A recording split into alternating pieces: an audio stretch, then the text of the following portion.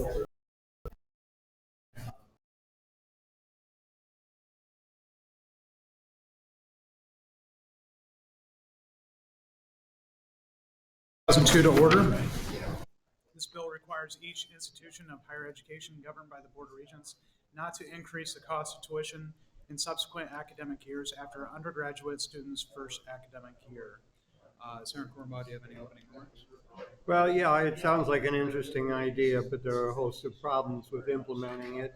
It may actually wind up costing people more. But before I get into that, I'd like to hear what other people have to say. Senator Gruening. I'll defer my comments till afterwards. Okay. Nathan Arnold, Professional Educators of Iowa. We're mostly just monitoring the bill. On the one hand, I would argue that government intervention may be part of the reason college is so expensive. At the same time, you don't want them doing a bait and switch where they raise the price midway through. So I understand the purpose. Jillian Carlson, Iowa Board of Regents. We're registered undecided on the bill. We did do a study on this, which we have a report presented to the board in November. I'm happy to send that to all of you. Some things of note from that study, for all three region institutions, we are in the lower half for all of our peer groups when it comes to tuition. We also are significantly lower than the average tuition for our peer groups. The board also did set a policy limiting the percentage of increase that we can have for tuition in April of last year.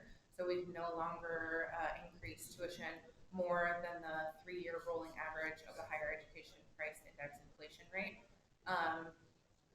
There have been some other institutions that have looked at tuition guarantee. A lot of them have rolled back from that, mostly public institutions when in economic downturn, state support declines. And that's all presented in the study, which again, I'm happy to send out. So when you say your peers, all colleges across the United States? In our peer groups, which is generally within our conferences. Does anybody online wish to speak? Seeing none, Senator Gruening. I believe it's worth continuing the conversation, but I do look forward to seeing that study. Okay. Senator Cornwell.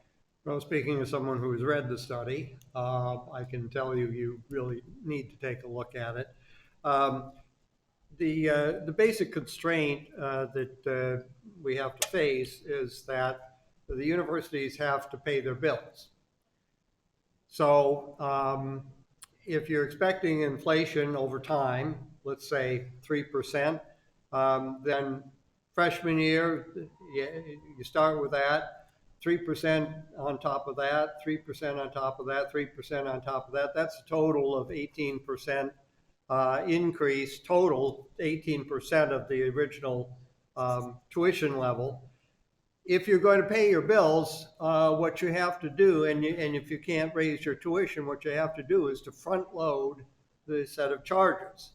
So in the first year charge would be 4.5% above what it would otherwise have to be. And similarly along the line. That doesn't make a whole lot of difference. I mean, I appreciate in terms of people's budgeting, there would be an attraction to this. But in the long run, a student who goes to college, gets a 4-year degree, on average is going to make a lifetime income notwithstanding the college costs that are significantly higher. So they're going to be better off. The kids that I most worry about financially are the people who start college, go for a year or two, and then drop out.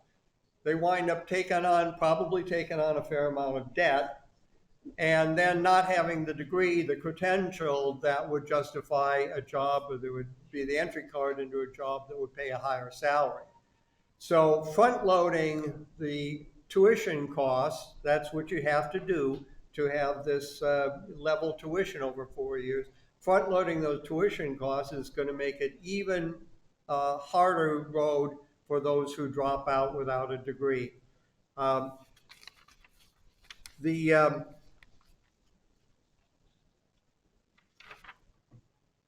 The the results from other universities in the study here. University of Georgia discontinued its guaranteed tuition 3 years after implementation. We have University of Arizona terminated its tuition guarantee program effective last fall due to a significant budget shortfall. Let's see, who else had to drop it? Well, several others had to drop it because of budgetary problems. You know, this state, some may not yet accept it, but this state is going to be facing some serious budget problems over the next half dozen years. And I don't foresee the state being able to sustain the tuition support, the support for the universities. So the only way that universities are going to be able to keep doing business is to raise money someplace else. Federal funding is seriously in question these days, and I don't think that this kind of a program can be sustained. That's one set of problems. Here's another set of problems. I haven't seen anything in the bill that would deal with the case. Let's suppose that somebody comes in as a freshman and says, they want to major in economics. Okay? Well, the next year they decide, oh, well, I think I'll major in business. How are you going to handle that? Are you aware that the tuition varies according to what your major is? The ISU fall tuition for most undergraduate majors, resident tuition, $4,765. But if you're a sophomore, junior, or a senior in business, in ag systems technology, in engineering, or industrial technology, your tuition isn't $4,765, it's $6,372. So how are you going to have a level tuition system without basically locking people in and not allowing them to change majors? College of Design isn't quite as bad as a business college. That's only $5,751. That's only $1,000 more than tuition in other areas. And there are various other undergraduate majors that have additional charges. They're all listed here if you'd like to take a look.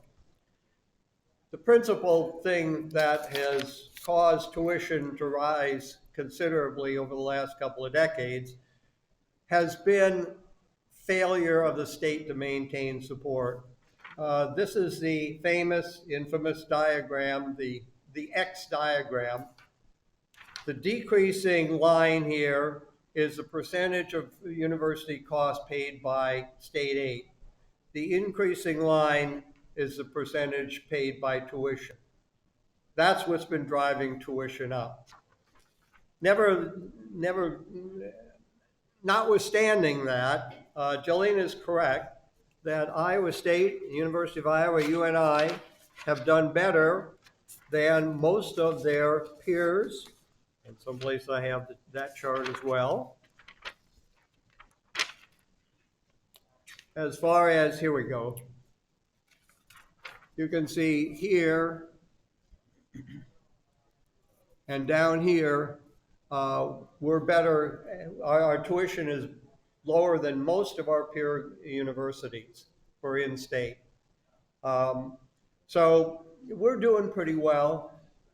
The Board of Regents policy, limiting it to the higher education price index or 3-year average of that, is going to put a good control on what the tuition is, how much the tuition can grow. You know, over time, most people's families' incomes at least keep up with inflation. So if the cost of services is moving at the same rate, then they should be basically able to keep up. Bottom line is, this sounds like a nice idea, okay? But for those kids who go to school and drop out without a degree, it's only going to make it worse by front loading the cost. One option, by the way, in here is to buy into a level tuition by paying a premium up front. What was it say, 1,800, 1,600 in front? I believe it's 1,800, but I have to double check. Okay, by paying a big chunk of money up front to buy into a level tuition regime. That only means that if you drop out after a year or two, you're even deeper in debt. We're not in a bad situation here. I think that the Board of Regents is doing a responsible thing, trying to keep tuition from rising too fast. And really, when it comes to instability of tuition, and this is a bipartisan criticism, by the way.